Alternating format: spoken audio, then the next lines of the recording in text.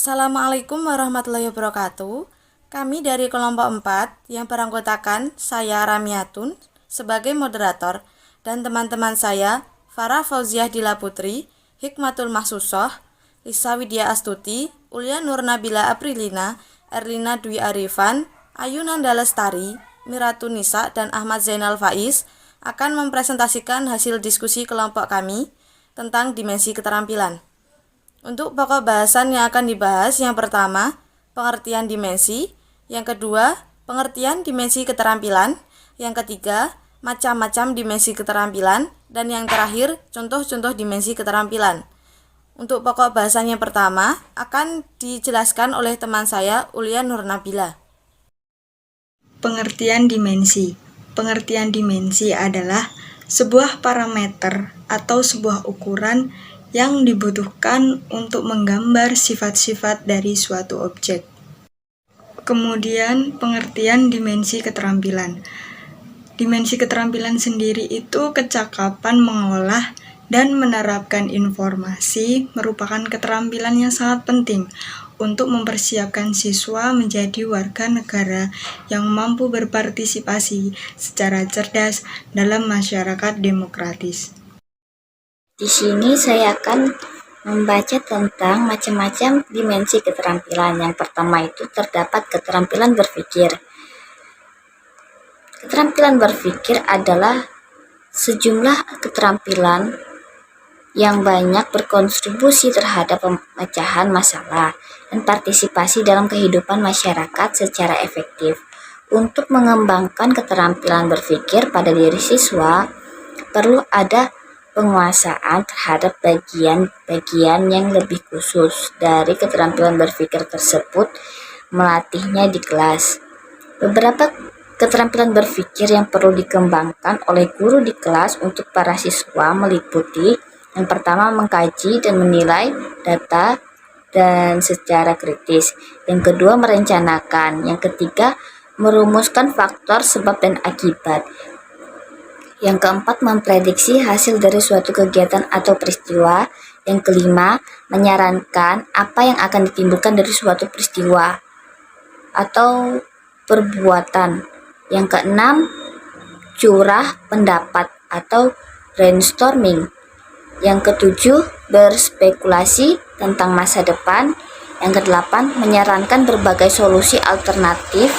Yang kesembilan, mengajukan pendapat dan perspektif yang berbeda. Sekian dari saya, selanjutnya akan dibacakan oleh teman saya. Terima kasih. Kemudian selanjutnya keterampilan meneliti. Keterampilan ini diperlukan untuk mengumpulkan dan mengolah data. Secara umum, penelitian mencakup sejumlah aktivitas sebagai berikut. Yang pertama, mengidentifikasi dan mengungkapkan masalah atau isu. Yang kedua, mengumpulkan dan mengolah data. Yang ketiga, menafsirkan data. Yang keempat, menganalisis data. Yang kelima, menilai bukti-bukti yang ditemukan. Yang keenam, menyimpulkan, menerapkan hasil temuan dan konteks yang berbeda. Dan yang terakhir, membuat pertimbangan nilai. Saya akan melanjutkan materi selanjutnya, yaitu keterampilan partisipasi sosial. Dalam belajar IPS, siswa perlu dibelajarkan bagaimana berinteraksi dan bekerja sama dengan orang lain. Keahlian bekerja dalam kelompok sangat penting, karena dalam kehidupan bermasyarakat, begitu banyak orang yang menggantungkan hidup melalui kelompok. Beberapa keterampilan partisipasi sosial yang perlu dibelajarkan oleh seorang guru kepada muridnya, yaitu: yang pertama, mengidentifikasi akibat dari perbuatan dan pengaruh dan ucapan terhadap orang lain. 2. Menunjukkan rasa hormat dan perhatian kepada orang lain. Dan yang ketiga, berbuat efektif sebagai anggota kelompok.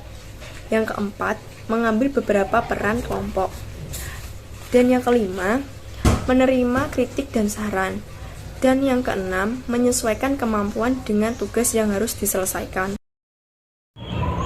Baik, selanjutnya saya akan memaparkan tentang hasil diskusi kami, yaitu yang keempat tentang keterampilan berkomunikasi. Pengembangan keterampilan berkomunikasi merupakan aspek yang penting dalam pendekatan pembelajaran IPS, khususnya dalam inquiry sosial. Setiap siswa perlu diberi kesempatan untuk mengungkapkan pemahamannya dan perasaannya secara jelas, efektif, dan kreatif. Walaupun bahasa tulis dan lisan telah menjadi alat berkomunikasi yang paling biasa, guru hendaknya selalu mendorong siswa untuk mengungkapkan gagasannya dalam bentuk lain seperti film, drama, seni, suara, tari, lukis, pertunjukan, foto, bahkan dalam bentuk peta. Para siswa hendaknya dimotivasi agar menjadi pembicara dan pendengar yang baik. Pembelajaran merupakan cara mendewasakan seseorang. Salah satu ciri seseorang yang dapat dewasa adalah dapat berkomunikasi dengan baik. Sebagai pendekatan utama dalam pembelajaran IPS.